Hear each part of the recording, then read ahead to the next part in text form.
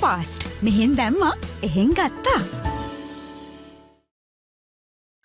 පාපන්දු ලෝක කුසලානේ සියවස් සැමරුම වෙනුවෙන් 2030 වසරේ පැවැත්වෙන අදියරේදී රටවල් 64කට ලෝක කුසලාන වරම් හිමිකරදීමට ලෝක පාපන්දු සම්මේලනය තීරණය කරලා තිබෙනවා.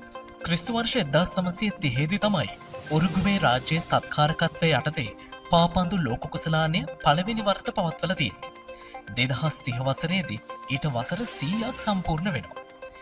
2030 වසරේ පාපන්දු ලෝක කුසලානය අප්‍රිකානු රටක් වන මොරොක්කෝව සහ යුරෝපීය රටවල් දිත්වයක් වන ස්පාන්‍ය සහ පෘතුගාලයේ සම සත්කාරකත්වය යටතේ පැවැත්වීමට තමයි මේ වෙනකොට කටයුතු යොදාගෙන තිබෙන්නේ. කුසලාන ඉතිහාසයේ එලෙස මහද්වීප දෙකකින් රටවල් තුනක සත්කාරකත්වයේ දරන පළවෙනි අවස්ථාවද මේක වෙනවා. කෙසේ නමුත් සේවන සංවත්සරයේ සැමරීම සඳහා ආජන්ටිනාව, පැරගුවේ සහ උරුගුවේද තරග තුනක් පැවැත්වීමට ලෝක පාපන්දු සම්මේලනය සැලසුම් කරලා තියෙනවා. 2026 පාපන්දු ලෝක කුසලානයේද අමරිකාව, මෙක්සිකෝව සහ කැනඩාව යන රටවල් සමසත්කාරකත්වයෙන් පවත්වන අතර එම තරගාවලියේදීද ක්‍රීඩා කරන කණ්ඩායම් සංඛ්‍යාව 32 සිට 48 දක්වා ඉහළ දමා ඇති බව තමයි විදේශ මාධ්‍ය වැඩිදුරටත් පෙන්වා දෙන්නේ.